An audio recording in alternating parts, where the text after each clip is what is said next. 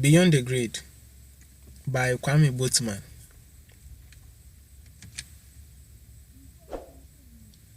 This is a work of fiction. Unless otherwise indicated, all names, characters, businesses, places, events, and incidents in this book are either the product of the author's imagination or used in a fictitious manner. Any resemblance to actual persons living or dead or actual events is purely coincidental. All rights reserved. No portion of this book may be reproduced in any form without written permission from the publisher or author. I had a positive self-image as a kid until some years after entering the school system. My junior high school days were over as we prepared to take the final exams. One of the processes was to select the desired senior high schools we preferred to enroll in after passing our final exams.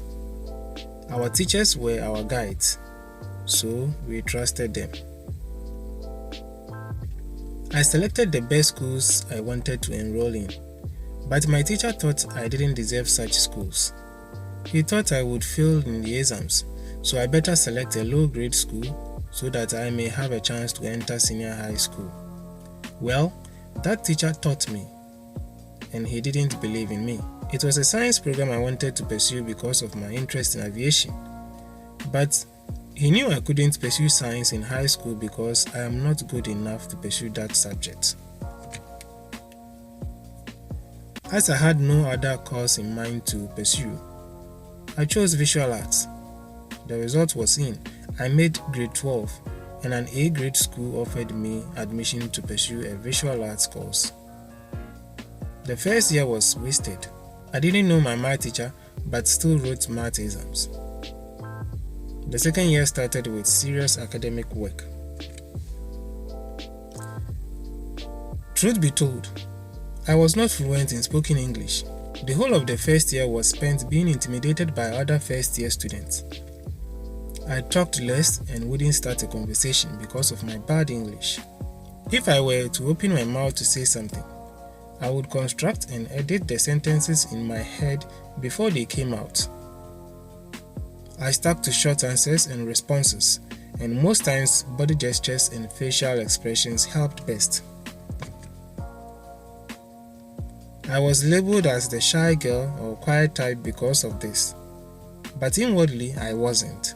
I had a high respect for those English rattling students who were so confident in moving around the school. I was always hiding behind good students in class so I wouldn't be called to answer any questions. Oh, and the nice guys always chatted with those who were confident enough to speak.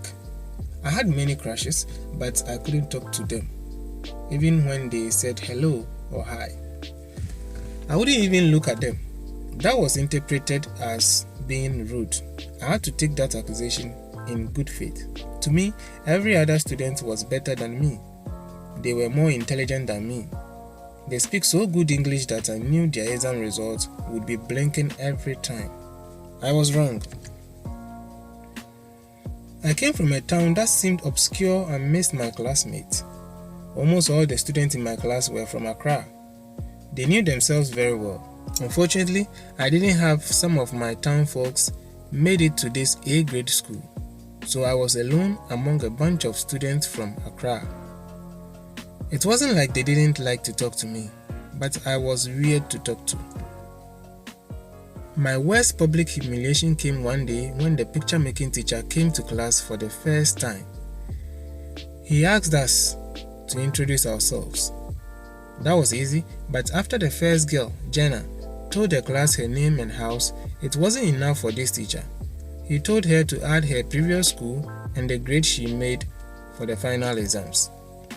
I felt some kind of uneasiness. Jenna had no problem with that. She completed Royal Good Academy and made grade 8. I didn't know which school it was, but the name alone suggested a school with a great reputation. Before they reached half of the class, I had sampled the data. None of them had 2-digit grades, and all came from luxurious schools well known to them in Accra. For some schools, the teacher was familiar. schools like Datus, 7th Grade Princess Academy, and AIS International. Almost all the schools were international schools. As I watched them do this biased introduction, my heart began beating faster than the normal tempo. It was left with only 3 people, and it will be my turn. So far, the lowest grade has been Janus. The 7 ones were so many that I assumed for a moment that I didn't belong in that class. I felt like a fraudster who was about to be exposed. I got up reluctantly and spoke so fast that no one heard me. The teacher said, "Huh? Take your time and speak louder." That directed all attention to me. My voice was almost shaking, and from a good read of me, one could observe a terrified figure yearning to bolt from the class. "My name is Akosua Datson. I completed the Ebubonku Catholic Basic School and Sorry? What's the school again?" The teacher interrupted. If there was anything to repeat, it wasn't the name of my school or the grade. It was probably my name that I wish I could repeat. But I had to. Everyone was looking at me, eager to hear the school again. Ebubonku Catholic Basic School, I repeated.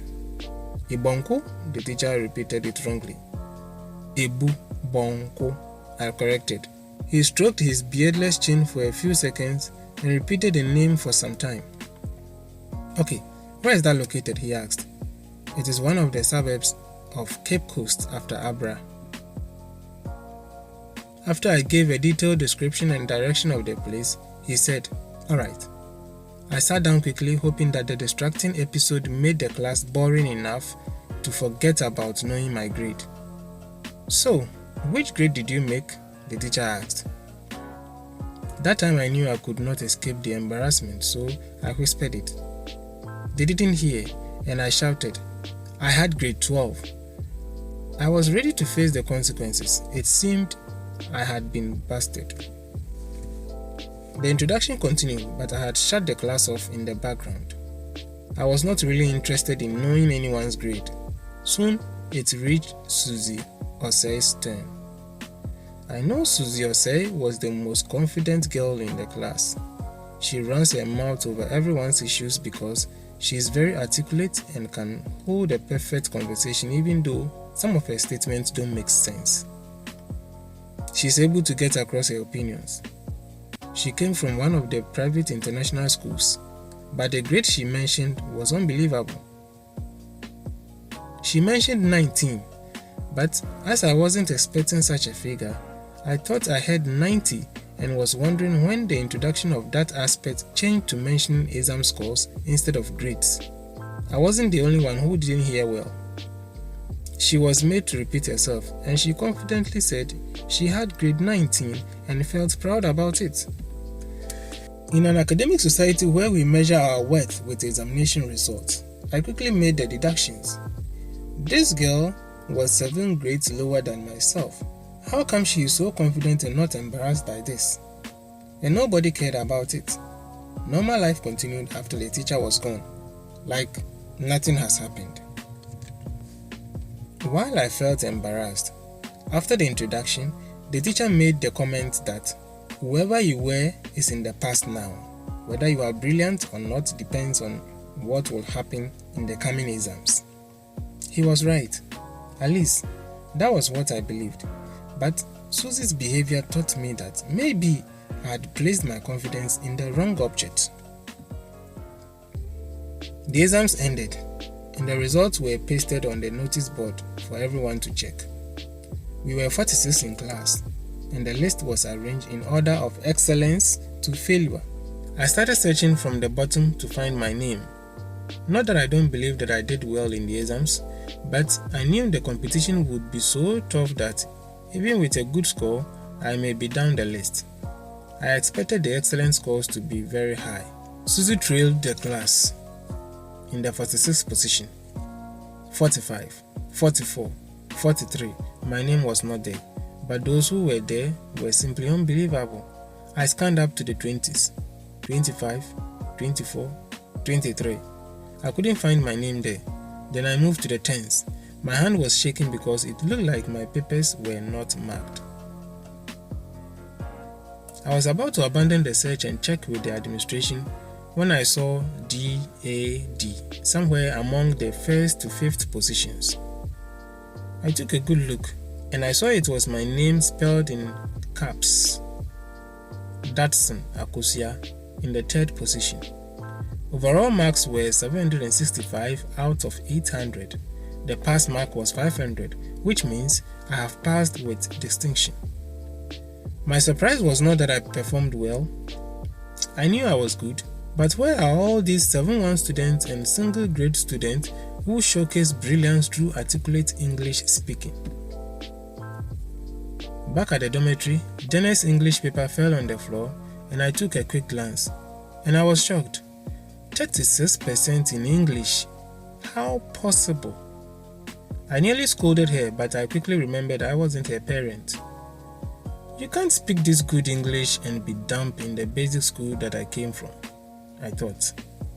Maybe I should chest out and raise my shoulders because I am that good and among a bunch of dumb students with previous good grades and fluent spoken English. Then I reasoned that maybe my English isn't that bad. It's just that I don't speak because I'm afraid to make mistakes. Or maybe I was shut up by my basic school teachers who saw nothing good in us. I have a chance to improve my English here and now before I complete senior high school. The next day in class, aside from the two boys who made the first and second positions, I was also the talk of the class. Being a female, I was first among them. So I realized I better get out of my shell and talk to these non-brilliant but fluent English speakers. And probably I would discover that they even speak bad grammar that went unnoticed. This is the end of the story. Hit on the like button if it was interesting to you. Also, if you had any insights from this story, leave it in the comments below. See you in the next video.